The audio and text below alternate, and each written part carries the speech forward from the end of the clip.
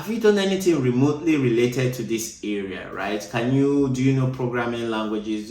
So in today's episode, I will be sharing three scholarship opportunities for geology or earth sciences that I have come across, and I want to share it with you.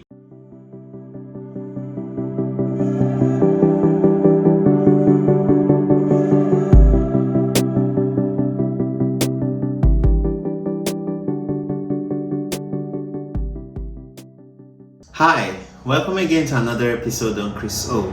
If you are visiting for the first time, welcome. If you are a returning viewer, welcome. Thank you for tuning in. As always, thank you.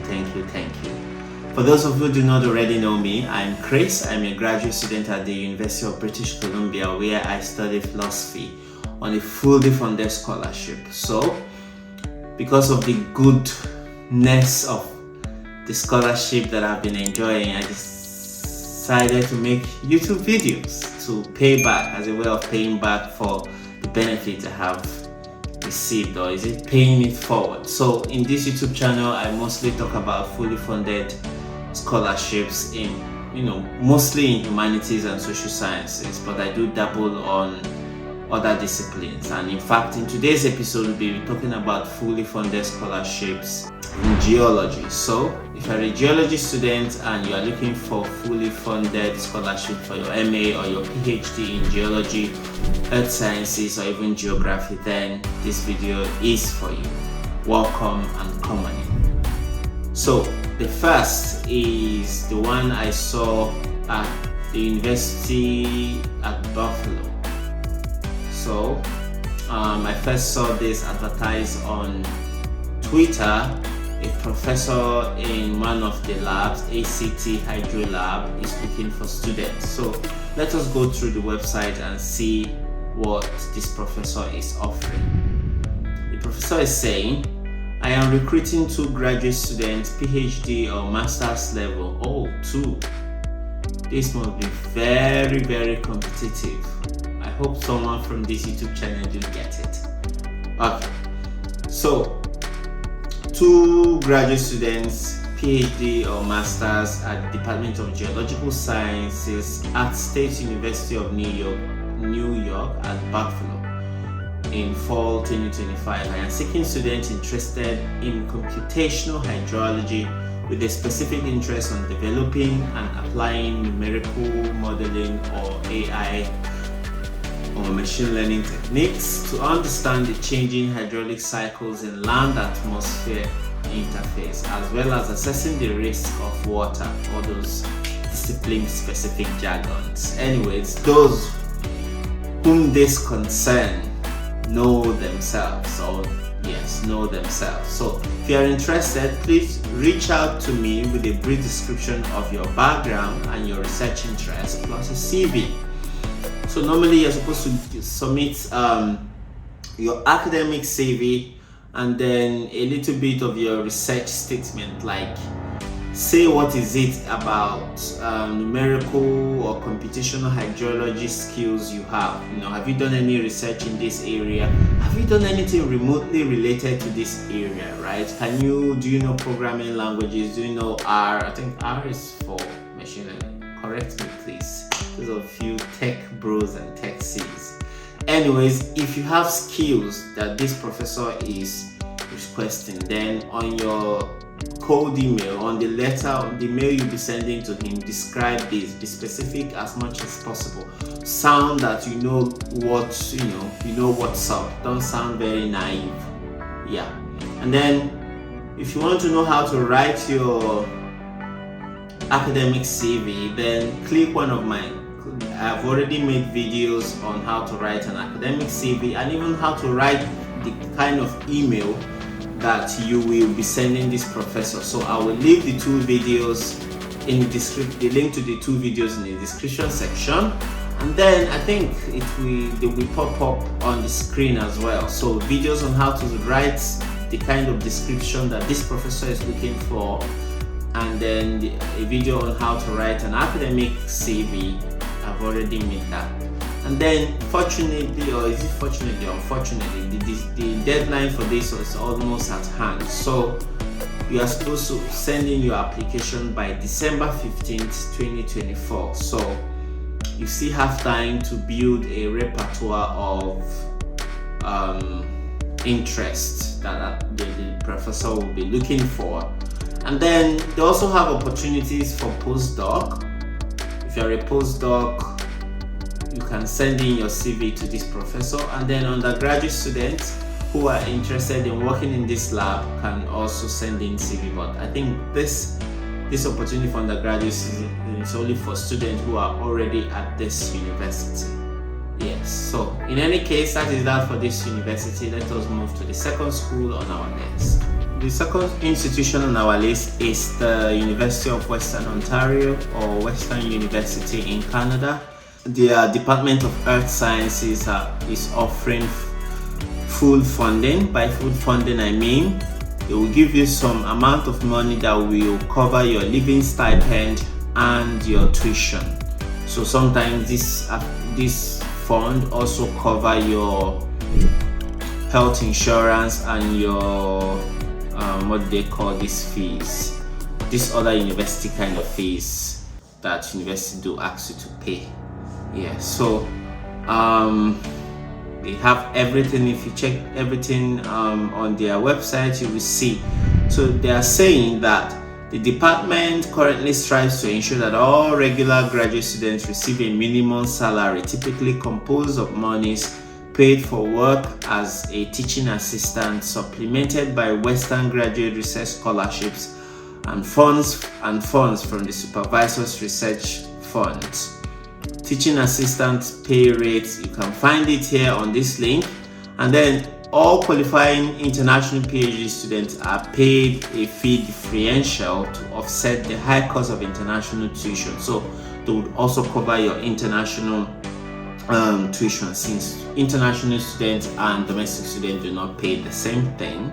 So all this English they are speaking is to tell you that they are funding.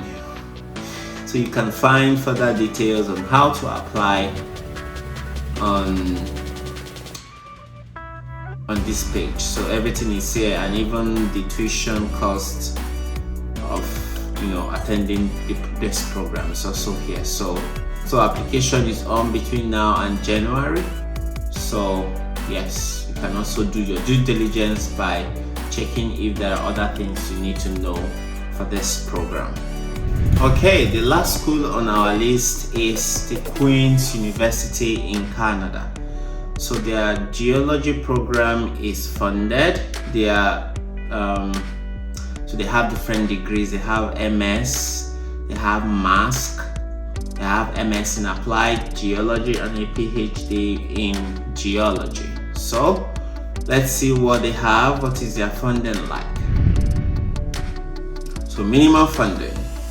So they are giving $21,000 per year for master's students and $23,000 per year for PhD students. These amounts include teaching assistantships, which are $5,500 for fall and winter term. So the summertime you can work or something. So for the master's program, they are giving $21,000 for the Masters of Science or Masters of whatever applied science, Masters of Applied Science for 6 terms, which is 2 years. We are giving $21,000, and then international students who are studying master's program, either Masters of Science or Masters of Applied Science in geology, would be giving $28,000 to cover the tuition differential. So yeah, so that is the base funding, right? Everyone is guaranteed this. Then there are other funding available for PhD students. You can apply for the NSEC postgraduate scholarships, and since the school is in Ontario, you are qualified to apply for the Ontario graduate scholarships. The department funding is currently provided to full-time 2-year research masters of science or masters of applied science and 4-year PhD students who are within terms of support. So international students. Additional financial support to international students may be awarded to exceptional candidates. These additional awards are granted on a competitive basis, so they have funding for both domestic and international students. So what do you need to apply to this program? First, of course, you need to secure a supervisor. So you need to check the list of the faculty members and see who is working on what and whose research interests or research project matches or aligns with your own research. Then you write to them, tabling your interest or expressing your interest and that you want to join them in their lab. So first and foremost thing to do is to contact a potential supervisor, and to do that I already made a list on how to write a cold email. So cold email outlines your areas of research interest and the things you want to work on and how they match with what the professor is doing. Then attach your CV to that cold email. Don't forget academic CV. Secondly, this is the first thing you need to know, right? To secure a supervisor first. This is the most important thing. And then if the supervisor agrees that you should work with them, then you will need your transcript. You will need, of course, your CV again to apply on the university online application system. You need 3 letters of academic recommendation. You need personal or research statement. So, and then your line form, of course. So these are the things you need to apply to this program. So to apply to this program, secure a supervisor first, one. Secondly, your transcript. When you have secured the supervisor and then the supervisor has told you, you can go ahead to apply to the school university online application system. Then you will upload your transcript. Second. Third, you would upload your letter of recommendations or leave email address of 3 people who will be giving you letters of recommendation. And then you need to submit your CV. Fifth, you need to submit academic statement of purpose or statement of research interest. These documents, I've already made videos separately on them. I'll be leaving their link in the description section below. Okay, that is that for this episode. If you have watched to this point and you haven't subscribed to my YouTube channel, come on, what is going on? Please make sure to subscribe, hit the subscribe button, like the videos, and then share with your friends, acquaintances.